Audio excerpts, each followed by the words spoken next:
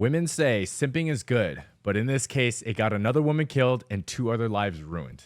We're going to talk about a breaking news story of former NBA and G League player Chance Comanche and his involvement with the murder of another girl.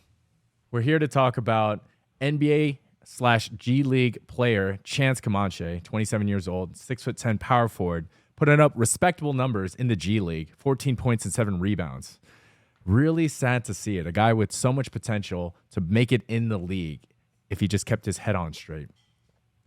He was involved with his former ex-girlfriend, Sakari Hardenden, 19, and they were charged for the murder of another girl, Marina Rogers, who apparently was a nurse. The two lured Rogers to Vegas for a little prostitution, $1,000 for kinky sex for an hour in bondage. And they had planned ahead of time. As we could see here, Rogers was a nurse, and we could see that she was lured to Vegas by the first two under the pretenses of prostitution.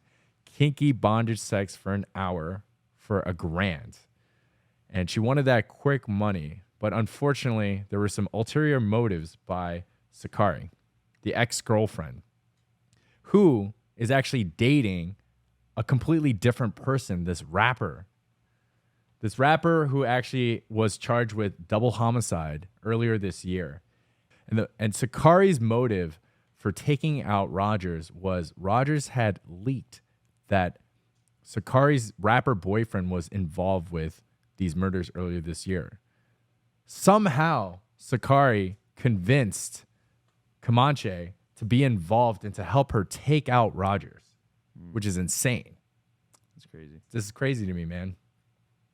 They basically lured Rogers, put her in a car, and there were texts leaking that they were going to tie her up with an HDMI cable, strangle her, while Sakari in the front also strangles her with her 2 bare hands, and then they dump the body off in the desert. Yeah, apparently it was like a PS5 HDMI cable. It was just freaking crazy. I'm trying to avoid making Hoodville jokes right now. But so yeah, the rapper's name was EBK Lil Play.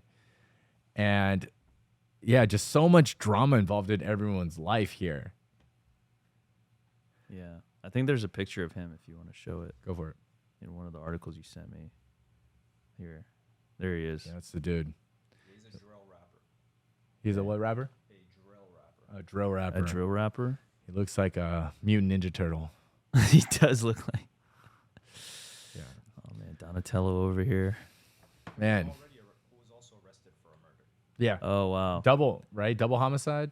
I believe so. Yeah. Jeez. This is like being a product of your environment. You hang out with the wrong people, you get into the wrong situations, right? Yeah, man, there's so many forces at play and so many learning lessons here. But yeah, EBK Lil Play was involved with a double homicide charge earlier this year. And the girl who got murdered, Rogers, somehow knew about it, was going to, I think, leaked the information to the authorities. That's what pissed off EBK's current girlfriend, Sakari. And she, through her master manipulation skills, somehow convinced her ex-boyfriend of a couple months, this G League player, to help her out. Him. Wow. Yeah. What happened here, man? What do you think are all the forces that are at play? I think the first one, as we discussed earlier, is the fact that this dude he's a simp, right? He feels that desperate. Like, he's an NBA player, maybe not in the league, main league, it's the G League, whatever, but he felt like to impress this girl, it must have been to impress this girl. What's his motivation to do this, right? Dude, I think there are many possibilities. Jealousy might be one. The fact that they dated for a couple months, but then they broke up. Maybe there's this competitive bone in him. That's why he's an athlete. He's like, man, how's this other guy better than me? And obviously doesn't make sense if he help out her current boyfriend. It's this weird delusional thing. Yeah. But sometimes guys get into that, right? So there might be that at play. And maybe she also had some dirt on him. Maybe she was able to leverage blackmail. Maybe in those couple months, like, something shady went down, and clearly something shady did go down. So it wouldn't be a huge surprise if something else happened, that she was holding something over him to get him to help out in this way. Yeah. That blew my mind that she's 19 and he's 27 and she's able to manipulate him like that. Dude, any person that's in the sex work industry has a lot more experience with people, both positive and negative, through the extremes, and are often master manipulators for out of survival, right? Yeah. And especially since they're dealing with men and they have to understand reality really well to navigate it, especially since oftentimes they had to do it on their own. They know what makes men work or make men go. And here in this case, it's obviously leveraging sex or extreme emotions. So that's what toxicity or drama can do to people. And that's why people watch dramas in their free time. The emotional roller coaster makes people attached even more strongly. And when there are ups and downs, there's feeling of connection and progress. So being able to cultivate or create those types of dynamics with someone bonds people really strongly together, for better, for worse. So they're able to fabricate chemistry, which is why I tell guys oftentimes, chemistry is like the lowest hanging fruit thing that you can have with a girl. That shouldn't be the only determining factor for why you are with somebody or not. You have to think of bigger picture factors as well, in addition to that, whether there's like alignment. And what sucks is when we're young and we're free and we're careless, the only thing that we really care about is feeling good. But once you become an adult and you get into the real world, you have to factor in so many other things here that actually matter. Dude, it's Bonnie and Clyde, dude. That's probably a lot of the message that's pushed out in hip hop music as well, right? My trap queen or ride or die or doing these extreme gestures of loyalty. Shit. And I'm sure those are some of the paradigms that are at forces here as well within that realm. Yeah. Going back to the leveraging of sex, that's something that master manipulators or sex workers are capable of doing because they're frankly detached from the whole process because it's work, it's business. And there was a quote from a friend who told me this a long time ago. He said, men need sex to feel loved. Women need love to have sex. And so when women know that, they have the power to either extend it out or withhold it to then get what they want. And here in this case, it's very interesting why someone who clearly has a lot of potential would be fixated on this one girl when a person who has opportunities or is making above the national average could in theory have more options. But I could understand when you're trying to make it in your career, and also maybe when you quote unquote made it, the competition to stay in the league is also super hard. Yeah. So these guys are often busy with their work schedules, waking up early, training. The amount of work is endless. It's not just showing up for practice for a couple hours, shooting some hoops and dipping. You got to lift weights. You got to watch film. Yeah. You got to hang out with your teammates. You got to do. There's the amount of work to improve your game to actually make it is so hard, and especially at that level, the competition is fierce. It's so easy for this guy or other guys like that to fall into the trap of convenience. We've seen a lot of ambitious guys fall into that trap, and actually, the ex-girlfriend is a hooker. She's a prostitute, right? And so there are time and time again songs, movies that warn guys of falling in love with a hoe, right? You can't make a hoe a housewife. Fell in love with the stripper, dude. Fell in love with a stripper, T-Pain. Shout But out. it's crazy because didn't he play a game the night before, a couple nights before, and he scored like 16 points? And it was actually here. It's Henderson. Yeah, in Vegas. It's crazy. And do you think that had anything to do with it? Maybe he's on this high or something, and then she just gets him in this state, and then they do some. They were messaging before the game as well. Yeah. And she was messaging him like they were dating. It was like, hey, good luck tonight, boo. Oh, damn. So she's framing it as like we're Bonnie and Clyde type of thing. Hey, we're in a relationship. Which is interesting because she's actually dating this other dude, and this basketball player and her, they broke up. They're just friends, apparently. Right. And I think this really just nails a couple things here, which is life can go astray when there's boredom, lack of abundance, low standards, and convenience. Yeah. Right. So obviously when you are so focused and your life is so routine, sometimes people get stir crazy and they need to mix things up. Yeah. Sometimes people need a little bit of excitement. And what's a convenient way to get excitement? A little bit of drama or like the wrong woman in your life. It's the uncertainty we were talking about. Yeah. People crave it, and sometimes they do some crazy stuff that you can't reverse. Yeah. And sometimes when you have a nice girlfriend or a nice boyfriend and shit gets boring, that's why people go do other crazy shit because they're bored. And unfortunately, the magnitude of excitement that you've felt in your life in different ways means there's a high standard or a high level at which you need to be stimulated to feel those things again. So if you feel it and then you regress to like a boring life, people get bored. Unless you were like so stimulated and then you're like, you turn 30 or 40 and you're like, okay, I want to calm down now. I don't need all that shit, right? Yeah. But most of the time when people are young, they feel invincible. Yep, 100%. They want to experience everything and they're addicted to it, especially if they can have it, right? It becomes an addiction. Yeah. You can't even really control it. It's like literally your dopamine firing at times where you expect it. Yeah. Right. And then the second thing is the lack of abundance, which we talked about. When you're so busy, sometimes you're not even going out there. You don't even really know what to do or who to trust. And unfortunately, this guy's in Sin City and trouble found him or he found trouble. Right. And then having low standards. This is the part that bothers me a lot, too, in addition to all those other things. But when people do dumb shit like this or when guys do dumb shit like this, they're welcoming drama into their life unnecessarily.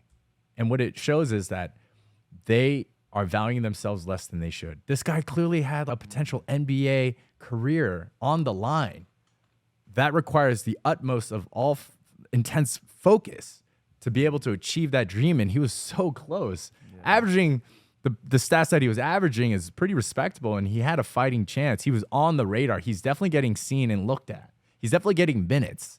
But then to just blow it on something stupid like this. What was going on in his mind where common sense just went completely out the door? How can he be so attached to this one random 19-year-old, right? It's crazy what happens in a guy's mind when you don't have abundance or you have low standards and you're not valuing your future, right? That's literally what it is. It's like that one guy that married the girl that wrote that book that you were talking about, right? I don't know if there's a parallel there, but Which book?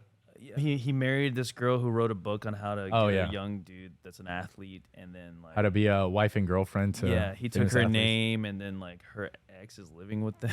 Yes. Kinds of crazy. Yeah, there's another fighter. You want to Google fighter here? Ian Machado Gary. This guy's 26, is dating a 40-year-old girl who wrote a book on how to finesse athletes and famous people, how to be a wag. We found the wag. She's right here. What's nuts is he God. took her last name, and this girl's ex-husband is living in this guy's house. Yeah. All that's- together. That's them, and then the ex. What is going on in this crazy dysfunctional world? It's crazy. Yeah. No, man, you're right. It's insane. Things seem to be shifting on like a macro level, right? Because these athletes, they were back in the day, they were like the ones that had the pick of the litter, and they did whatever they wanted, right? Yeah, and it's this weird theme, like with ambitious guys that were super nice, maybe they didn't see a paradigm of a successful relationship, pushovers. Maybe it's like the common narrative these days or the social conditioning, shaming men for wanting their way or keeping by tradition. And it's weird because I could already sense some women here being like, it should be like this. Yeah, more power to the girls. But unfortunately, a lot of times the statistics show that relationships that are driven or controlled by the women don't last very long. If the guys rarely leave the girls in relationships. Yeah. Right? Apparently it's 70 or 80% of marriages are initiated by the women. Yeah, I heard that stat too. Right? It's Like crazy. It takes longer for guys to pair bond with women, but once they do, then they made the decision and they try everything to make it work. Right? It's actually advantageous if the guy is able to set the terms in his favor, because then there's a less chance or a lower chance of a woman wanting to break out because she like loves and respects the guy fully, right? Yeah. So this is not new. Obviously, history repeats itself here. However, if you are a guy, just see this. And it's easy to point from the outside, but once you're inside of a relationship or something that's like unhealthy or toxic, we justify in our minds like why it's okay, why it's fine, why it's not a big deal. Oh, it's just this or it's just that. We concede so much. How do I know? I've been there. Fortunately, not with somebody who's like career ending. Yeah, we've all been there. Yeah. Someone who wasn't like creating life threatening situations, fortunately, but I know what it feels like. And I realized looking back that there was a lot of unnecessary drama, time, drain that was involved. And it doesn't have to be that way, because when you zoom out and you survive past it, you realize, damn, if I didn't have to fall into this pit, then how much further along would I be? Who else could have shown up in the picture at the right time? Or how much emotional capacity or bandwidth or space would I have had in my life to move on and focus on more important things, or I have room for somebody else, right? Yeah. Really making decisions out of a place of abundance and not scarcity, even if you don't feel like you have it, is the way that you play chess, not checkers, and make the ultimate move. Make the best decision in any given moment. You have to put yourself in that situation and value yourself even more. Because you're going places, man. If you're watching this, you clearly have a desire to live life on your terms, or you're already doing it. You want to have more adventure. You want to go see and do cool shit. You're going to achieve great things. And so if this is you, just keep this in mind. If you, even when you don't feel like it, you have a lot of value to give. You have a lot of value to offer, and it's only going to increase with time. Just stay focused. Surround yourself with good people. Don't settle. Don't settle. The wrong woman could ruin your life, but the right woman could put you in the right place and beyond. So keep those boundaries. Cool. So on that note, thanks for tuning in. It's the holidays coming up. We're going to stop live streaming, actually. And instead, we are still going to upload, but we're going to upload the same frequency separately in our video section. So appreciate you following everyone that's been on our live stream so far, engaging, commenting. We love you. Thank you so much. Keep watching our stuff. Keep sharing those things. We want to create more stuff that you guys will like. Yeah. See you guys in the new year. Merry Christmas, Rebels. Guys. Have fun. Happy Hanukkah, Kwanzaa, Happy holidays. Christmas, holidays. We love you all. Peace.